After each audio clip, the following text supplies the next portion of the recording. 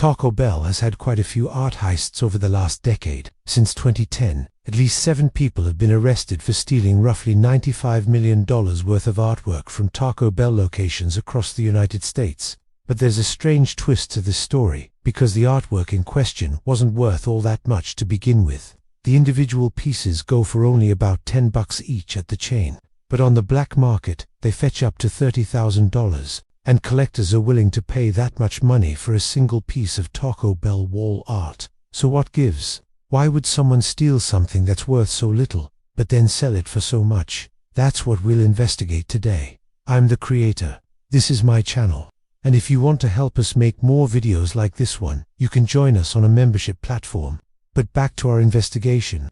In order to understand this underground market, I went undercover. I spent time on a Taco Bell subreddit, talking to fans of the brand and trying to get in touch with people who could sell me a piece of their artwork. After reaching out to a number of different people, I ended up connecting with someone who goes by DJ Shortstack on Reddit and YouTube. They agreed to sell me 2 pieces of art for around $750 total, and while we waited for the artwork to arrive, I interviewed them about how they got their hands on it. DJ Shortstack says that they first became interested in Taco Bell art when they were working security at a Los Angeles club, and they noticed how many of the patrons were wearing clothing branded with the company's logo. It inspired them to start collecting Taco Bell merchandise, and eventually they started collecting their artwork too.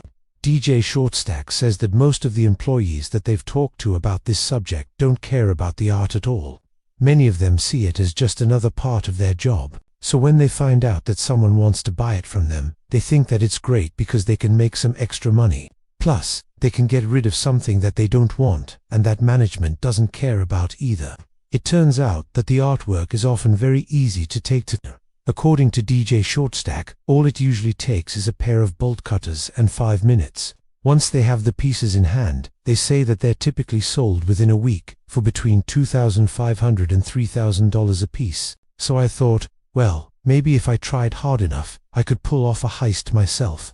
So I made a video about it and asked my viewers if anyone knew where I could get a hold of some Taco Bell art. Turns out I didn't have to do the legwork myself, because my friend, Zach from another channel already had a connection. He was able to get his hands on a piece of art for me in no time at all. And when I interviewed him about it, he said that he actually had trouble deciding which pieces to take because they were all so beautiful. So here's the thing. I don't really care about Taco Bell art, but a lot of other people do.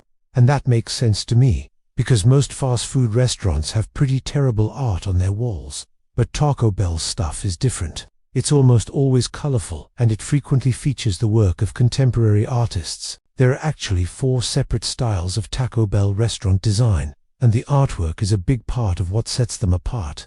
In fact, the company has commissioned thousands of pieces of art since the late 1980s, and nearly all of it has been created by a man named David Failer. He is a Pennsylvania-based artist who has been contracted by Taco Bell to design everything from murals to ceramic tiles to carpet patterns. According to an article published by Vice in 2016, David works with a team of about 20 assistants to produce roughly 100 pieces of art per year.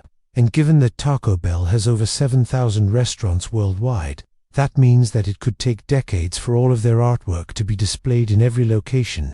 Not that any one piece will stay in any one location for that long though. According to the same Vice article, Taco Bell stores typically get new artwork every 18 months.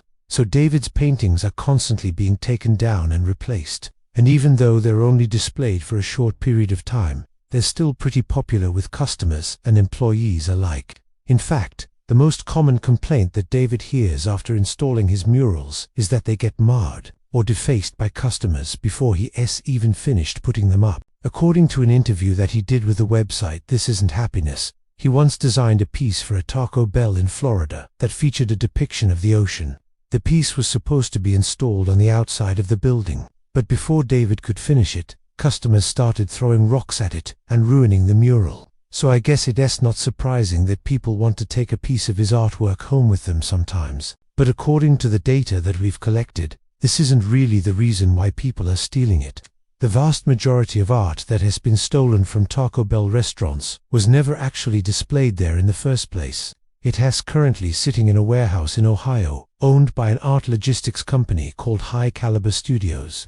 According to the founder of High Caliber, Mark Wodak, his company has been storing these pieces since the early 2000s, and there are now roughly 4,000 of them in his warehouse. And that means that the art isn't just getting stolen from Taco Bell restaurants, it's also getting stolen from the company's art storage facility.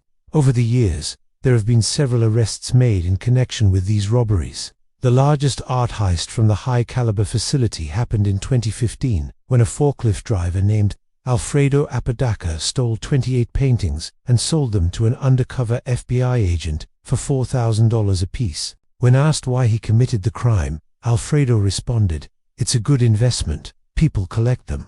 Another art thief named Christopher Charles Stowe was arrested in 2019 after he tried to sell a painting on eBay. The artwork was a 7-foot-tall mural that depicted a Taco Bell menu item called the Cheesy Gordita Crunch, and the starting bid was set at $25,000. That mural ended up selling for $15,500 to a private collector. And if you're wondering how that person is going to hang something that big in their house, they don't have to. The piece was actually meant to be installed on the floor. It's called a piso painting, which is Spanish for floor painting, and it's a type of artwork that David Feller is particularly proud of. In his interview with This Isn't Happiness, he said, "My favorite things are the pisos, because they're so large and they cover such a big area. You're sort of blasted with color when you walk into the restaurant." So whether the artwork is meant to be hung on a wall or laid on the floor, the thieves seem to be targeting it anyway. And that's probably because the art market has changed a lot in the last few decades. Contemporary art is now considered to be just as valuable as classical art by many experts. And that's made it easier for contemporary artists like David to make a living. At the same time, it's also made it easier for them to get ripped off. David says that he doesn't worry too much about the art getting stolen, because he knows that it will just end up in a collection someday. But until that happens, it will likely continue to appear on eBay, Etsy, and wherever else people are buying and selling stolen goods. And if you want to see more investigations like this one, please consider joining us on a membership platform. That's it for this episode. Thanks for watching.